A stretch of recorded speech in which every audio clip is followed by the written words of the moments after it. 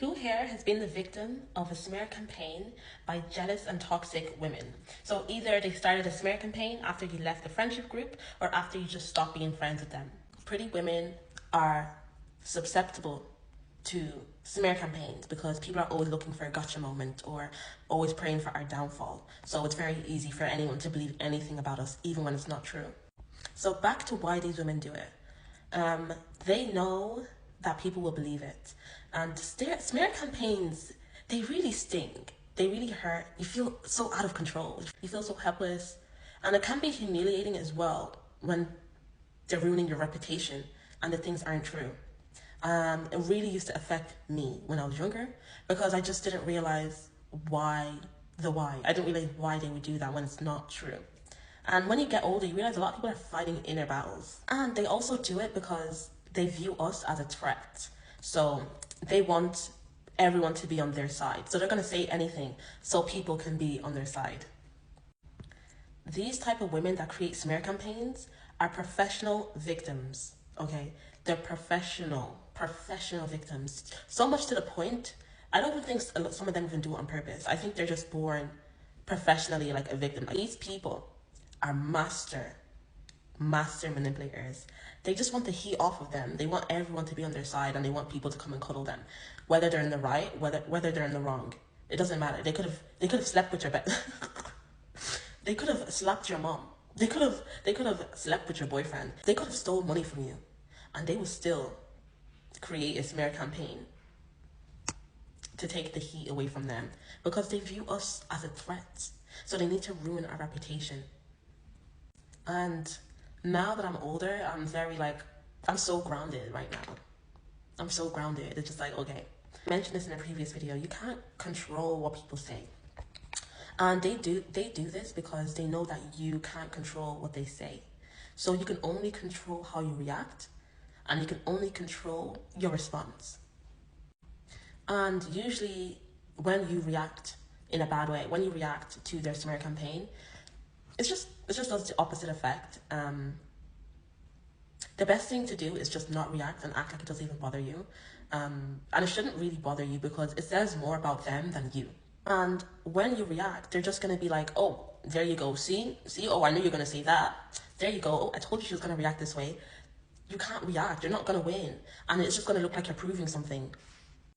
And then when you keep defending yourself, you're going to feel so depleted after. Me, I always feel so depleted. It's like, I can't believe I'm like defending myself when I know this is not true. And you just feel your energy like, do. Like, you know when your phone battery is dead?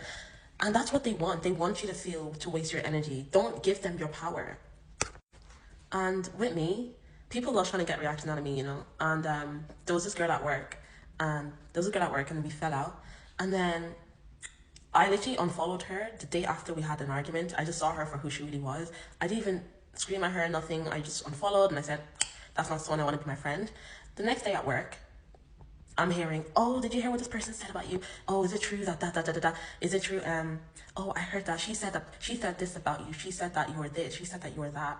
And I just didn't react. And she was literally going crazy. Like, these people go crazy. They really want your energy. Like, and I wasn't feeding it to her. I'm just like, I'm not feeding it to you. Like, you're literally a peasant to me.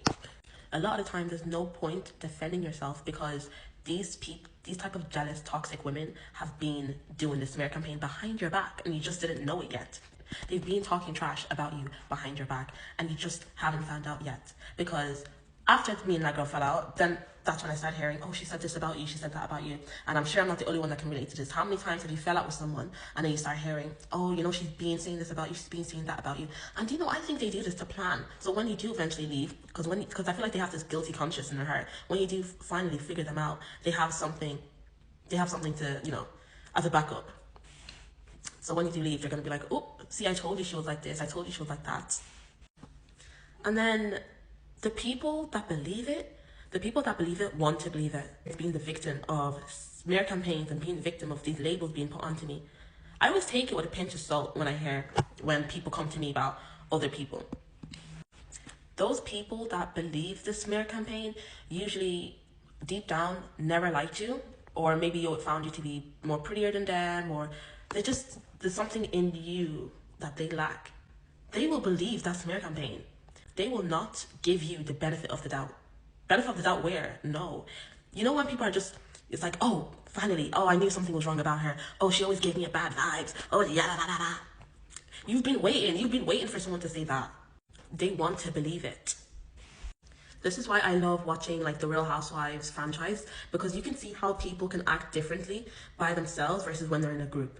The Real Housewives, or any kind of like show, documentary, where you can see like social dynamics, especially with women. You can see when a woman falls out with someone and then that woman starts smearing the victim because she has nothing else to back up and she's just the professional victim. So start running her mouth to the other women in the group, and then they start to ostracize the victim. And usually when you watch the show, the victim may have just like stayed her boundaries, or the victim may have just left. But that woman, and they usually have narcissistic tendencies. A lot of these jealous and toxic women are narcissists, covert narcissists. And a lot of women don't know how narcissism can show up within women. And that's why I do what I need to do to spread the message. As a beautiful woman that is self-secure in herself, you can't care what people are going to say about you. People are always going to have something to say about a beautiful woman. Men are going to have something to say, and women are always going to have something to say. You need to know who you are. You need to be grounded, and you need to stand your ground and just block out the noise and just let it fly. And you really can't let it faze you, because people will say anything to make themselves feel better, because they're not you. They want to be you, and they'll say anything to make themselves feel better. Either they want to be you or they want to get with you. That's the life of a pretty woman. That's the life of a beautiful woman. They want to be with you, or they want to be your friend. And then when they can't, they try and ruin your reputation. Why would you be my friend in the first place if I was that person? Think about it.